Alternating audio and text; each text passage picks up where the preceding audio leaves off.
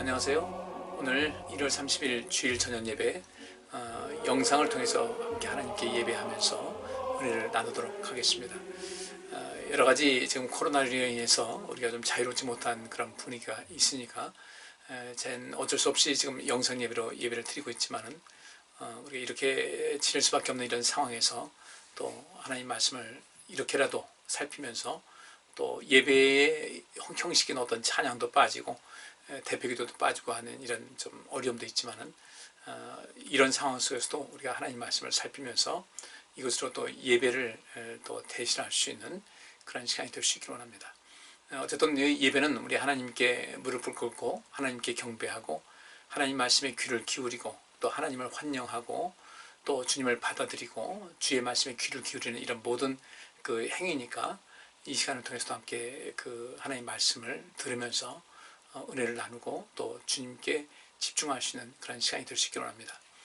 이제까지는 그 주일 저녁 예배를 주일 낮 예배 때 우리 설교했던 것을 좀 더 연장선상에서 이렇게 말씀을 살피고 있는데 여러분께서 조금 좀 지루해할 수도 있겠다 싶은 생각이 들어서 모든 그 주일 낮 예배한 것은 그것을 끝내고 주일 저녁 예배 시간에는 이 다른 성경을 통해서 이제 하나님 말씀을 살피고 또 은혜를 나누는 시간 갖도록 하겠습니다.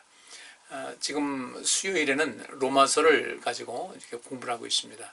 하나님의 뜻을 알고 있고 또 금요 기도회 때는 우리가 마가복음을 가지고 또 하나님의 말씀을 살피고 있는데 주일 저녁에는 사도행전을 이제 통해서 또 우리가 하나님의 뜻을 발견하고 또 우리가 주님을 향한 그런 믿음을 키우는 시간을 갖도록 하겠습니다.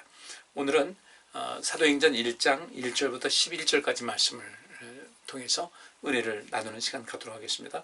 제가 본문 말씀 읽겠습니다. 데오빌로여, 내가 먼저 쓴 글에는 무릇 예수의 행하시며 가르치시기를 시작하신부터 그의 택하신 사도들에게 성령으로 명하시고 승천하신 날까지 이를 기록하였노라. 해 받으신 후에 또한 저희에게 확실한 많은 증거로 친히 사심을 나타내사 40일 동안 저희에게 보이시며 하나님 나라의 일을 말씀하시니라. 사도와 같이 모이사 저희에게 분부하여 가라사대 예루살렘을 떠나지 말고 내게 들은 바 아버지 약속하신 것을 기다리라.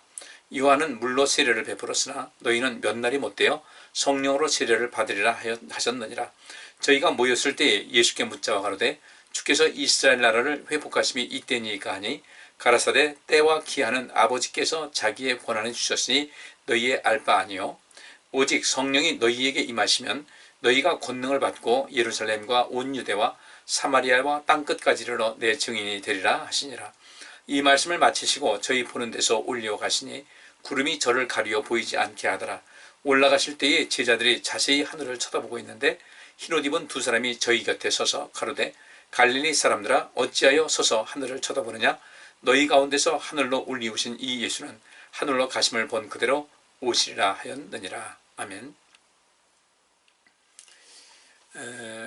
이 사도행전은 그 문장 형식상 여기 1절에 나와 있는 대로 이 누가가 이제 이 말씀을 기록을 했는데 그 데오빌라라는 그 사람에게 이 말씀을 기록해서 이제 전하는 것으로 그런 형식으로 되어 있습니다.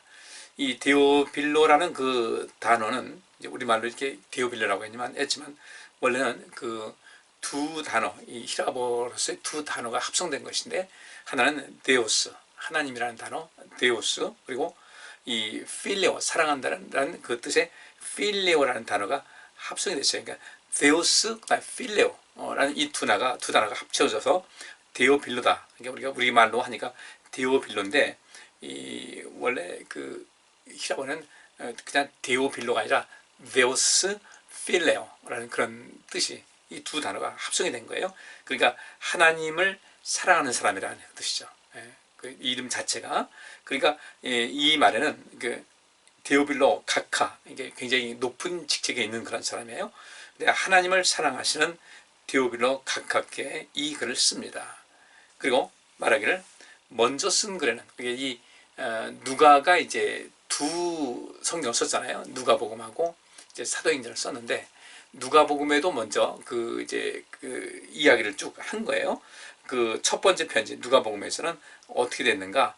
무슨 예수의 그 생애, 예수님께서 이 땅에 태어나셔서 또 그 여러 가지 이제 본격적으로 공생애의 생활을 시작하시는 가운데 많은 일을 행하시고 또 많은 것을 가르치신 것을 시작해서 그것을 필두로 해서 2절 말씀에 그의 택하신 사도들에게 성령으로 명하시고 승천하신 날까지 일을 기록하였다. 그러니까 이 말대로 그 택하신 사도들에게 마지막에 예수님께서 부활하신 다음에 성령으로 그들에게 명하셨어요. 그리고 승천하신 날까지의 일을 기록했다. 근데 그렇게 이제 이 서두를 꺼내면서 이 사도행전을 시작하고 있는데, 이 사도행전은 마지막에 예수님께서 사도들에게 성령으로 명하시고 또 승천하신 날까지 일을 이렇게 기록을 한 것이 누가복음 그 후반부에 그 24장 누가복음 24장 46절부터 53절까지 말씀에는 그 내용이 잠시 이렇게 나와 있어요. 그래서 그 내용하고 오늘 이 사도행전 1장의 앞부분 내용은 이게 좀 이렇게 오버랩이 되어 있습니다. 이렇게 중첩이 되어 있어요. 물론 약간 그 다르게 표현되어 있기도 하지만 실상 내용을 보게 되면 그것도 거의 같은 의미인데, 먼저 누가복음 24장 46절부터 53절까지 말씀을 제가 보겠습니다. 이렇게 말씀하셨다. 성경에는 그리스도가 고난을 받고 죽었다가 3일 만에 다시 살아날 것과 또 회개하면 죄를 용서받는다는 이 기쁜 소식이 예루살렘에서 시작하여 모든 민족에게 그리스도의 이름으로 전파될 것이 기록되어 있다. 너희는 이 일에 대한 증인이다. 내 아버지께서 약속하신 성령을 내가 너희에게 보내겠다. 그러나 너희는 위에서 오는 능력을 받을 때까지 예루살렘에 머물러 있거라. 예수님은 그들을 데리고 베다니 근처로 가서 손을 들어 그들을 축복해 주셨다. 예수님이 그들을 축복하시면서 그들을 떠나 하늘로 올려 가시자 그들은 예수님께 경배하고 벅찬 기쁨으로 예루살렘에 돌아와 계속 성전에 머물러 있으면서 하나님을 찬양하였다. 그러니까 이 누가복음 제일 끄트머리에 있는 그 내용입니다. 그래서 누가복음 24장 46절부터 53절까지 내용이 여기 나와 있는데, 그때에 있었던 것을 이제 말씀하고 있고, 또 이 사도행전 1장에서도 이제 그 말씀이 앞 서두에 좀 나와 있어요. 3절 말씀에 보면 이런 말씀이 있어요. 해 받으신 후에 또한 저희에게 확실한 많은 증거로 친히 사심을 나타내사 40일 동안 저희에게 보이시며 하나님 나라의 일을 말씀하시니라. 그러니까 이 해 받으신 후라는 것은 예수님께서 십자가에 달려 죽으셨다가 다시 살아나신 후에 40일 동안 여러 차례 사도들에게 나타나서 부활하신 당신의 모습을, 그 몸을 보이시며 살아계시다는 것을 확실한 증거로 보여주셨어요. 그리고 그때마다 이제 계속해서 예수님께서 하신 것은 무엇이냐면 하나님 나라에 대해서 말씀해 주셨다. 저에게 40일 동안 저에게 보이시면서 예수님께서 계속해서 하신 것이 무엇이냐면 하나님 나라의 일을 말씀하셨어요. 제가 지금부터 한 5년 전부터 하나님 나라에 대한 그 설교를 계속 하고 있습니다. 여러분께서 이 하나님 나라에 대한 그 이해가 어느 만큼 됐는지 모르겠지만 그래도 아마 다른 그 우리 기독교인들보다는 우리 성도님께서는 그 하나님 나라에 대한 그 개념이 보다도 확실하게 자리하고 있을 것이다 제가 생각이 들어요. 그러면서 우리가 이 하나님 나라에 대해서는 이 말씀을 하다 보니까 우리 성도님들의 믿음이 더욱더 이렇게 곤고해지는 것이 아주 견고해지는 것이 제가 좀 느껴지게 되고, 또 그런 모든 것은 우리의 그 행위를 통해서 우리의 삶의 모습을 통해서 그것이 나타나는 것이거든요. 그래서 이 코로나 이 시대에도 우리 교회가 그래도 이렇게 아주 어려운 가운데서도요 이렇게 교회가 그래도 흔들림 없이 이렇게 계속해서 힘있게 나가는 그 이유는 바로 저와 여러분들께서 함께 이 하나님 나라에 대한 그 의미, 곧 하나님 나라는 제가 늘상 말씀드렸잖아요. 생명사역이에요. 생명에 관한 이야기예요. 오늘 낮에도 제가 그 생명을 중시하는 사람들이 받는 복이라 이렇게 주제를 삼아서 말씀드렸는데, 이 그 생명사역이라는 것은 결국 이 생명에 관한 것인데, 이 성경 창세기부터 이렇게 쭉 보면요, 요한계시까지 보면 창세기 그 시작하는 그 순간부터도 역시 마찬가지로 생명이 태동하는, 이 뭐 단순히 어떤 이 생물이 창조되고 사람을 비롯해 많은 생물이 창조된 그런 것이 아니라 이 우주 만물 자체도, 특히 지구가 중심되는데 이 지구가 어떤 생명력에게 돌아가는 그런 모든 모습을 하나님께서 창조하십니다. 빛을 지으시고 빛이 있으라 하시고 하면서 그 어떤 생명의 태동이 이렇게 나타나고 있는데, 그 생명은 뭐 여러 가지 있죠. 우리가 제일 그 가장 중요한 것은 영원한 생명, 영생을 얻는 그런 것이 또 중요한 것이고, 그다음에 우리가 이 땅에 살면서도 항상 생명력 가득해서 우리가 살고 또 우리의 내게 있는 생명력 가지고 이 세상을 살리고 서로를 살리고 그 물질 어떤 자체가 생명이 없는 걸 물질을 할지라도 그 모든 것이 사실은 같이 연동되어 있는 것이거든요. 땅이 오염되고 황폐하게 되면요, 사람들에게도 나중에 직접적으로 연관이 와요. 그러니까 이 흙이라는 것은 무생물입니다. 근데 이 흙이라는 것은 무생물인데 그 무생물인 흙도 우리가 생명력을 불어 넣어준다는 거죠. 사람이 하지 못하는 것을 하나님께서 지렁이를 만드셔서 땅속에 살게 하시고 그 지렁이가 계속해서 이 땅을 정화시키고 있어요. 또 그 다음에 농사 짓는 사람은 봄 되면 땅을 이렇게 갈지 않습니까? 그래서 한번 뒤에 엎는단 말이죠. 그 엎어서 뭔가를 새로운 생명력을 또 이 새롭게 뿌려진 씨앗에 주는, 그래서 그 씨앗이 자라게 하는 이런 모든 것. 그러니까 생명이 있는 그런 존재든 아니면 무생물이든 이 세상은 항상 모든 것이 생명 자체가 그 속에 숨어 있다는 것을 알 수가 있어요. 그러니까 우리 하나님께서 우리 이 세상을 사랑하셨다, 또 사랑하셔서 도생자를 주셨다. 왜 주셨겠어요? 우리를 살리려고. 누구든지 저를 믿는 자는 멸망치 않고 영생을 얻게 된다. 영원한 생명을 얻게 하려고 그러는 거예요. 또 우리는 이 생명력을 가지고 있고, 인간은 직립인간으로서, 이 동물로서 우리가 서서 두 발을 걷지 않습니까? 그러면서 우리 손은 특화되어 있어요. 뭐 고릴라도 이게 사람 손같이 되어 있다고 하지만 이 사람 손은 굉장히 예민합니다. 그리고 이 손끝의 감각도 아주 남달라요. 하나님께서 그렇게 만드셨어요. 우리 몸의 구조를 만드셨다는 것이죠. 이 세상을 온전하게 돌아가게 만들도록 하는데 가장 주역을 할 수 있는 이 사람들에게 하나님의 형상대로 하나님 모양대로 지으신 우리 사람들에게 그런 힘과 그런 재능을 주신 거예요. 그러니까 예수님께서 이 사도행전을 보면요, 예수님께서 부활하고 승천하신 다음에 곧 이어서 오순절 성령이 임하지 않습니까? 이 사도행전은 예수님께서 이 땅에 오신 목적, 그것은 뭐였어요? 세상 살리는 것이었어요. 이 세상 살리는 모든 것에 예수님께서는 거기다 방점을 딱 찍으셨어요. 완성시키셨다는 겁니다. 그리고 그 완성시키셨는데 그 완성시키신 이후에 모든 것을 이 세상에 실천해서 계속해서 더 많은 예수님의 제자들이 사방팔방으로 흩어지면서 이 세상에 생명과 생명력을 주는 그런 모든 그 과정, 그 주님께서 모든 것을 완성시키시고, 자, 다음은 너희들이 해야 된다라고 주님께서 우리에게 모든 것을 위임해 주셨어요. 하나님께서 예수님에게 이 세상 모든 권세를 다 행할 수 있는 그것을 위임해 주셨단 말이죠. 다 그 권세를 주셨어요. 맡겨주셨어요. 근데 예수님께서 이 땅에 오셔서 아버지께로부터 모든 권세를 다 받아가지고 이 땅에 오셔서 그 일을 행하셨고, 그리고 그 구원을 완성해 놓으셨어요. 그리고 예수님께서 이 땅에 그렇게 완성시키신 다음에 많은 제자를 주셨죠.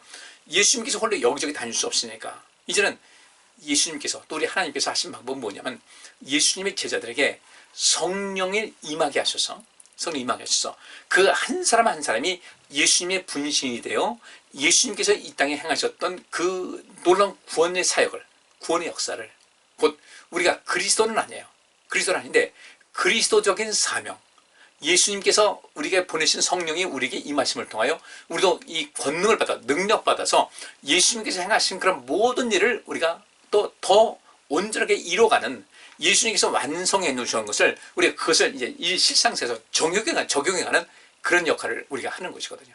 사도행전은 바로 그것이 어떻게 이 초기 교회 때 실천이 됐고 어떻게 확대되었는가를 증거하는 것이 사도행전이에요.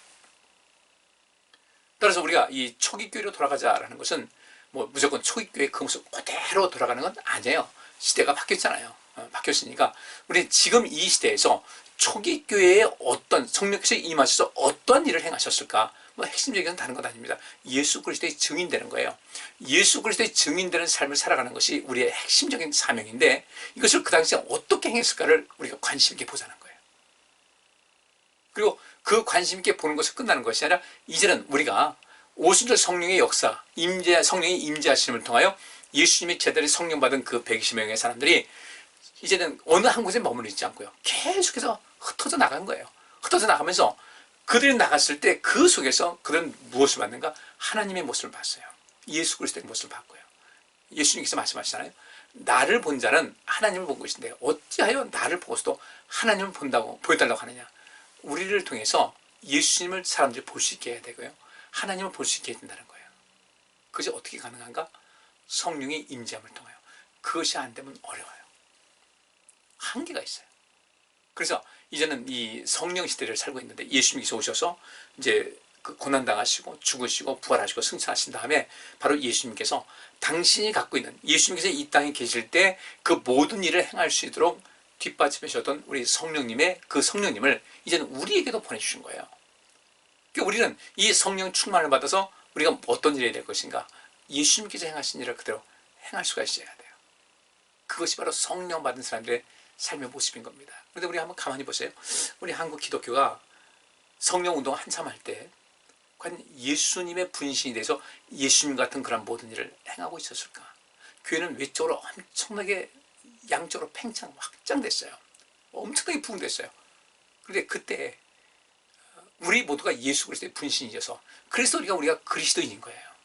그리스도는 아니지만 그리스도의 사람으로서 그리스도적 사명을 갖고 그리스도께서 행하신 그 일을 성령의 도우심 받아서 임재하심을 통해서 행할 수가 있어야 될 텐데 여기에 관심이 별로 없었다는 거죠. 그 당시 사도행전은 얼마나 많이 교회마다 이 말씀을 가르치고 예배 끝나면 통성 기도하고 방언 기도하고 난리를 쳤는데, 그야말로 난리를 쳤어요. 근데 지금 남은 것이 뭐가 있어요? 왜 그랬을까? 본래의 이 사도행전에 나타나고 있는 본래의 의도가 왜곡이 됐어요. 잘못됐다는 거예요. 그래서 이제는 우리 이것을 다시 회복할 필요가 있다.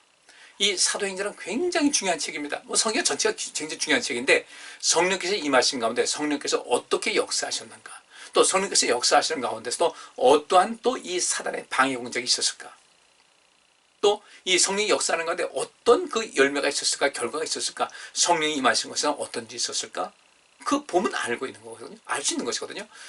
그 나무가 좋은 나무인지 안 좋은 나무인지를 알려면 열매를 보면 알 수 있다고 했는데, 성령 받은 사람들은 어떤 열매가 있어야 되겠어요? 성령의 열매가 있어야 되는 거예요. 열매를 봐서 안다. 그러니까 이 사람이 정말 성령의 입에서 성령 충만해서 성령의 인도하심을 따라 사는 사람이냐 아니냐를 보려면 그 안에서 이 사람 속에서 성령의 열매가 맺혔는지 그렇지 않은지를 보면 이 사람이 성령의 뜻을 쫓아 행하는 사람인지, 그렇지 않고 자기 멋대로 성령 받았다고 하면서 자기 멋대로 사는 사람인지 거기서 다 구분이 되는 거예요. 그래서 우리가 이 사도행전 내용을 보면서요, 우리가 행해야 될 것이 무엇인가를 좀 깊이 있게 보셔야 됩니다. 이제까지 우리가 알고 있던 그런 모든 선 지식은 좀 내려놓고 이제 우리 하나님 말씀은 하나씩 둘씩 차곡차곡 좀 배워가면서 어떻게 해야 우리가 참된 그리스도인의 삶을 살아갈 수 있는가에 대해서 관심을 좀 많이 가지셔야 돼요. 그러면서 이제 누가복음에서 이제 그 예수님께서 행하신 모든 행적을 누가가 이제 자기 나름대로 성령의 인도하심을 따라서, 성령의 감동하심을 따라서 이 누가라는 사람이 어떤 자기 개인적 특성까지 다 포함해서 말씀을 증거했는데, 성경에는 그리스도가 이 땅에 오셔서 고난을 받고 죽었다가 3일 안에 다시 살아날 것과 또 회개를 하면 죄를 용서받는다. 그러니까 죄사함을 받게 하는 회개, 죄사함을 받게 하는 회개라는 것은 우리가 입으로 죄를 고백하고 난 다음에 삶에 어떤 변화가 있어야 된다는 거예요. 입으로만 고백하는 것이 아니라 입으로 고백하고 그 다음에 이제 조금씩 삶의 이제 변화가 돼야 된다. 그러니까 여기대로 회개하면 죄를 용서받는다. 죄사함을 받게 하는 이 회개가 이것이 뭡니까? 기쁜 소식이에요. 마가복음 1장 15절에 그런 말씀이잖아요. 때가 찼고 하나님 나라가 가까워 왔으니 회개하고 복음을 믿으라. 회개하고 복음을 믿으라. 이 회개는 뭐예요? 죄사함을 얻게 하는 도구가 회개예요.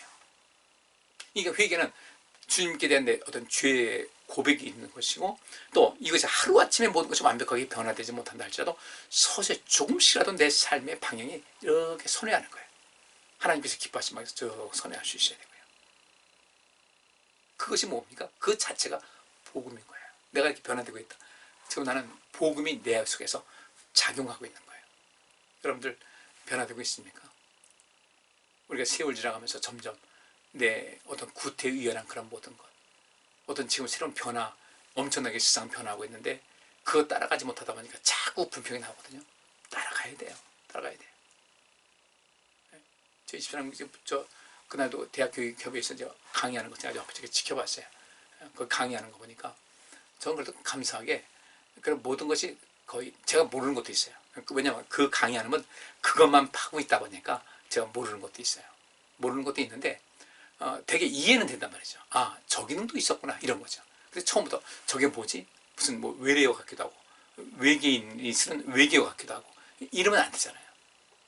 근데 그걸 쓰면서 시간을 절약할 수 있고 수고를 절약할 수 있는 그런 기능이 그 안에 엄청나게 있더라는 거예요. 그걸 보고서 야, 저런 기능도 있었구나. 그래서 제가 아우 이거 왜 이렇게 안 되지 했는데 쉽게 할 수 있는 그런 기능을 여러 가지를 제가 뭐 잠깐 이렇게 들여다봤는데 그것을 볼 수 있겠더라고요. 그래서 야, 참 이것이 참 이 세상이 변하고 있는데 지금 유대인들도 마찬가지 아니에요? 유대인들은 우리 유대인들을 향해서 저 사람들은 그 예수 믿지 않아서 구원받지 못했다라는 말은 하지 말아야 돼요. 그럼 예수님께서 오시기 이전에 유대인들은 구원 못 받은 사람이에요? 아니잖아요. 그러니까 그렇게 얘기하지 말고 제가 옛날에 그 이제 직장에 다닐 때 그때는 일을 할 때 오직 손만 가지고 했어요. 손만 가지고. 손으로 뭐 돌리고 손을 돌리고 뭐 이랬는데 지금은 어떻게 합니까? 전부 다 그 압축 공기를 사용해 가지고 완전히 그 기계화된 거죠. 기계화된 거예요. 그리고 어떤 나사를 푸는데도 이걸 해가지고 뭐 이렇게 풀고 이렇게 풀고 하는 거예요. 물론 지금도 그렇게 하긴 하는데, 근데 그 손이 안 들어가 가지고 그 기계가 안 들어가는 데는 그렇게 한다지만 기계가 충분히 접촉할 수 있는 거라는 것은요. 그냥 그 끝에 대고서 스위치만 누르면 그게 나사 풀러주고 뒤에 주고 하니까 얼마나 쉬워요, 그게요. 일일이 하나씩 손을 다 쥐어가지고 하는데 그것이 얼마나 지금 쉽게 되냐 이거죠. 지금 유대인들은 예수님께서 우리에게 너무도 쉬운, 그러니까 수고하고 무거운 짐진 자들아 다 내게로 오라는 것은 이제 하나님께서 구원의 길을 가는데 예수 그리스도를 통해서 새로운 그 길을 우리에게 보여주신 거예요. 이 예수를 믿으면은 이제 이 구약시대에 있었던 여러 가지 희생 제사라든지 이런 모든 것이 생략되고 주 안에서 언제 더 완벽하고 더 우리가 쉬운, 그래서 예수님께서 하신 거예요. 수고하고 무거운 짐진 자들아 다 내게로 오라. 내가 너희를 쉬게 하리라. 근데 이거 쉬려면 어떻게 되는가? 내게 와서 내게 배우라는 거예요. 내게 와서 내게 배우라. 그러니까 우리가 예수님께서 어떤 분인가 봤더니 구약시대의 제물을 대신하는 하나님의 아들이신 예수님께서 구약의 제물을 대신하셔가지고요. 이 모든 권을 완벽하게 이루신 거예요. 매번 그 제물에다가 또 죄인이야 어떤 죄산받기 원하는 사람이 제물에 와가지고 제물에다 손을 얹어 내 죄를 너에게 전가한다. 근데 예수님께서는 이 땅에 오셔서 모든 사람의 죄를 대신 전가 받으셨잖아요. 그래서 죽으신 거예요. 대신 저주를 받으신 거예요. 그러니 이제 예수 그리스도에서 갈 수 있는, 쉽게 말하면 뭐 꼬불꼬불한 어떤 그 산길에 가지고 이런 길이 있었는데 그 길은 막 달려가요. 근데 가다가 보니까 산으로 넘어가야 돼. 근데 지금은 턴으로 팍 뚫어지 일직선 뚫어가지고 쭉 가면 빨리 오는데, 예를 들자면 그렇다는 겁니다. 이래서 새로운 방법이 우리에게 있고 훨씬 더 우리가 시간도 절약하면서 예수님을 더욱더 온전히 믿고 감사하면서 더욱 남은 그 많은 시간과 비용을 주의 영광을 위해서 일할 수 있는데도 불구하고 이 유대인들은 지금도 그냥 계속 산을 넘고 해서 꼬불꼬불 다니면서 그것만 가야 된다고 생각하는 거예요. 근데 그 길도 역시 하나님 믿는 것이기 때문에 그들을 구원받지 못했다고 하면 안 돼요. 그들은 여전히 구약성경 똑같이 믿고 있고요. 근데 이제 예수님께서 오셔서 모든 것을 완성하셨는데 그 길을 알지 못하고 있는 거예요. 그 차이가 있는데 우리는 이제 이 사도행전을 같이 보면서 성령께서 우리에게 임하신다고 했으니까 이 성령은 우리에게 성령이 임하시면 너희가 오늘 본문에 되어 있듯이 권능 받는다, 능력 받고 있다. 이 말씀을 우리에게 주셨듯이 우리는 그 이전에 갖지 못했던 엄청난 그 능력과 더불어 엄청난 그 에너지와 엄청난 기능을 우리 주님께로부터 부여받을 수가 있다는 거예요. 이것을 우리가 빨리 찾을 수 있어야 되거든요. 똑같은 것이어도 마찬가지예요. 그러니까 이 컴퓨터를 사용하는 그 가운데서도 어떻게 하면 이것을 빨리 활용할 수 있는가를 하게 되면 다르지 않습니까? 분명히 길이 있단 말이죠. 근데 어떤 거는 막 찾아가지고 이렇게도 하고 저렇게도 하는데 거기 보면 한 5단계를 거쳐야만 뭔가 할 수 있는 것이 있었다 할 때는 그 컴퓨터 안에는 또 다른 건 한 2-3번만 하면 그 단계를 이룰 수 있는 그런 기능이 또 있더라는 것이죠. 그거를 다시 기능을 심어놨는데도 불구하고 그 기능을 잘 몰라서 그냥 자기 몸에 익숙하다고 하면서 계속해서 힘들게 하는 사람들이 있다는 거죠. 이제 우리가 그런 일을 벗어나서 우리 신앙생활도 좀 더 효과적인 모습으로 신앙생활을 할 수 있어야 돼요. 그죠? 그리고 남은 시간 속에서 남은 시간을 어떻게 될 것인가? 주님께서 보실 때 아름다운 모습, 우리가 나물이 필요한다면 성령께서 우리에게 임하셨으면 반드시 우리에게 열매가 있어야 되잖아요. 나무는 나무의 좋고 안 좋은 것은 열매를 봐서 한다고 그랬으니까 우리가 그리스도인으로서 우리가 어떤 사람인가를 알려면요, 성령의 은사는 하나의 도구고요, 성령의 열매를 맺게 하는 하나의 도구지 그 성령의 은사가 최고 목적은 아니거든요. 그 성령의 은사를 가지고 우리 속에서 나타나는 어떤 열매가 있어야 될 텐데 이 열매에 사람들이 관심이 없더라는 거예요. 제가 말씀드렸잖아요. 하나님께서 우리에게 굉장히 많은 기능을 주셨단 말이에요. 우리에게 엄청난 기능을 주셨어요. 잘 관리해야 되죠. 저도 이 안경 쓰고 있는데 노안이 오니까 그렇게 하고 또 세월 지나다 보니까 이제 백나장이 와가지고 저 두 겹으로 보이고 겹쳐서 보이고 하니까 지금 이 안경을 쓰고 있지만은 오늘날 또 이게 얼마나 더 좋습니까? 그리고 이렇게 안경 쓸 수 있는 그런 것이 있으니까 얼마나 좋아요. 그런데 이런 모든 것을 잘 관리하면은 좋거든요. 그럼 우리가 훨씬 더 은혜롭게 살 수가 있다는 거예요. 그러니까 40세 미만의 당뇨병에 걸린 사람은 그 수명이 15년 동안을 단축될 수 있는 그런 가능성이 다 그런 건 아니고 상당히 높다.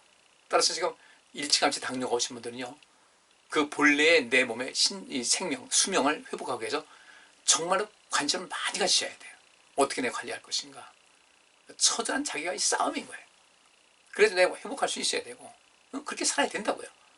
예를 들어 종아리를 우리가 이 근육이 단단해야 되는데 종아리 근육이 튼튼해야 된다. 어떻게 될 것인가? 이 종아리를 이렇게 이 엄지하고 검지하고 이 둘이 이렇게 딱 뭉쳐가지고 종아리 가장 두꺼운 부분을 이렇게 해가지고 했을 때 이게 붙으면 안 돼요. 그렇게 자기 손에 이렇게 했을 때 이거 딱 붙게 되면요, 이 종아리 근육이 그만큼 약하다는 거예요. 그 약하다는 할 때는 결국 우리 신체 수명, 건강 수명과 신체 수명에 직결되는 것이거든요. 관리해야 되죠. 우리 신앙도 어때야 돼요? 관리하셔야 돼요. 그래서 제가 오늘 이 서론적인 이야기를 하고 있는데 다 알고 있는 것 같지만 이런 그 서론적인 이야기를 알아야 이 사도행전이 제대로 이해가 돼서 제가 이제 그 서론적인 말씀을 이제 드렸습니다. 이제 이것을 좀 더디더라도 계속해서 주일날 오후 예배 시간마다 이 말씀할 테니까 그치 한 1년 더 걸리려나요? 한 52주 하면 과연 이것이 다 맞출 수 있을까? 맞출 수 없을 것 같아요. 그래도 계속해서 공부를 해나가면서 요즘 뭐 수요일날 로마서가 얼마나 은혜스러운지 모르겠어요. 또 이 금요 기도회 때 또 마가복음도 얼마나 은혜로운지 모르겠어요. 그것이 그 속에 담겨있는 하나님의 뜻이, 제가 요새 설교를 하면서 여러분들은 모르겠어요. 아이 뭐가 은혜스럽고 뭐 재미있는지 뭐 하는 재미도 없는데 뭐가 할지 몰라도 저는 그 속에서 발견하는 어떤 진주 같은 것이 너무 자주 보이다 보니까 저는 우리 성도님들 이 말씀을 더 많이 들어야 되는데 그 간절함이 있어요. 우리 성도님들 이제 이 사도행전 같이 공부하면서 주께서 이 사도행전을 곧 성령 행전이라고 하는데 성령께서 임재하신 것은 우리 하나님 있는 백성들을 모두 똑같이 예수님같이 만들어 주시고자 하는, 예수님과 똑같은 것, 신분이라든지 이런 건 아니에요. 그건 아담과 하와가 이 선악을 알게 하는 나무의 실과를 먹으면, 열매를 먹으면 눈이 밝아서 하나님과 같이 된다고 했더니 사단의 꾀임에 넘어갔는데, 우리가 예수님과 똑같이 된다는 것은 있을 수 없는데요. 꿈도 꾸지 말아야 돼. 그런데 예수님께서 이 땅에 오셔서 행하셨던 모든 것을 우리도 행할 수가 있다는 겁니다. 성령의 도우심 받아서, 성령의 능력으로. 그것을 이야기하고 있어요. 그런 관점에서 이 사도행전을 봐야지 곧 이 하나님 나라에서 말씀하셨다고 그랬잖아요. 예수님께서 그렇게 그 40일 동안 계시면서 뭐 했는가? 제가 3절 다시 한번 읽어요. 해 받으신 후에 또한 저희에게 확실한 많은 증거로 친히 사심을 나타내서 친히 살아계신 것을 나타내신 거예요. 40일 동안 저희에게 보이시며 하나님 나라의 일을 말씀하셨다. 결국 이 사도행전 1장 그 서두에서 말씀하신 대로 예수님께서 부활하셔서 40일 동안 그 제자들에게 여러 번 나타나시면서 주로 하신 말씀이 하나님 나라의 일을 말씀하셨다는 것은 우리의 삶이, 이 그리스도인은 하나님 나라의 일에 관심 많이 가져야 돼요. 이것도 이제 중간중간 하나님 나라에 대해서 더 많이 설명을 할 겁니다. 이 말씀을 우리가 살피셔서 앞으로 그 행하는 것이 무엇인가. 성령이 임재한 것도 하나님 나라의 일이에요. 그죠? 하나님 나라의 일을 말씀하시면서 너희가 이제 내가 승천하고 난 다음에 너희에게 성령이 임할 것이라는 것을 쭉 말씀하셨잖아요. 이 성령이 임하신 것도 하나님 나라의 일이고 사도행전 전체가 전부 다 하나님 나라에 관한 이야기예요. 그래서 이 말씀 보면서 하나님 나라와 연관시켜서 계속 말씀을 증거해 나갈 겁니다. 이 진행이 나갈 텐데 여러분께서 꼭 관심 있게 이 말씀 보셔서 여러분 믿음도 잘하고 하나님 나라와 하나님의 의를 구하라. 그리하면 이 모든 것을 너희에게 더해 주신다고 했으니까 모든 것을 여러분 삶에 필요한 모든 것을 하나님께로부터 체험받는 놀라운 역사가 여러분 삶에 꼭 실현될 수 있기를 주의 이름으로 축복합니다. 오늘은 여기서 마치겠습니다. 기도합니다. 하나님, 오늘 주일 저녁부터 사도행전에 대한 말씀을 살핍니다. 이 말씀을 통해서 예수님께서 하셨던 또 가르치셨던 하나님 나라의 일이 무엇인지를 보다도 분명하게 이해를 할 수 있고 우리 모두 그것을 이해하고 하나님 나라와 하나님의 의를 열심히 구현하고 실천하고 힘쓰고 우리가 또 우리 자신을 통해서 나타낼 수 있는 이런 놀라운 역사가 우리에게 임하게 하시고 그로 인해서 주께서 약속하신 대로 이 모든 것을 너에게 더해준다는 그 약속이 정말로 온전한 것이다. 정말로 그 약속은 확실하다는 것을 우리가 알고 우리 모두가 그리스도의 증인의 삶을 살아가게 하여 주옵소서. 이 한 주간도 주님 은혜 안에서 모든 것을 이기게 하시고 성령께서 함께 하신 가운데 우리 모두가 예수님의 분신으로서의 삶을 살게 하여 주옵소서. 그래서 이 어려운 이 시기에 세상을 살리고 우리가 사는 역사 또 하나님께 영광을 드리는 그런 놀라운 삶이 우리 인생에 계속해서 펼쳐져서 이 시대의 어른으로서 이 사회의 어른으로서 이 모든 세상에 혼란스러운 이 세상에 이 모든 세상을 온전케 할 수 있는 진정한 어른으로서의 삶을 살아가는 우리 모든 성도님들 되게 하여 주옵소서. 예수 그리스도의 이름으로 기도하옵나이다. 아멘. 편안한 시간 지내시고 이 한 주간도 주 안에서 승리하시기 바랍니다. 감사합니다.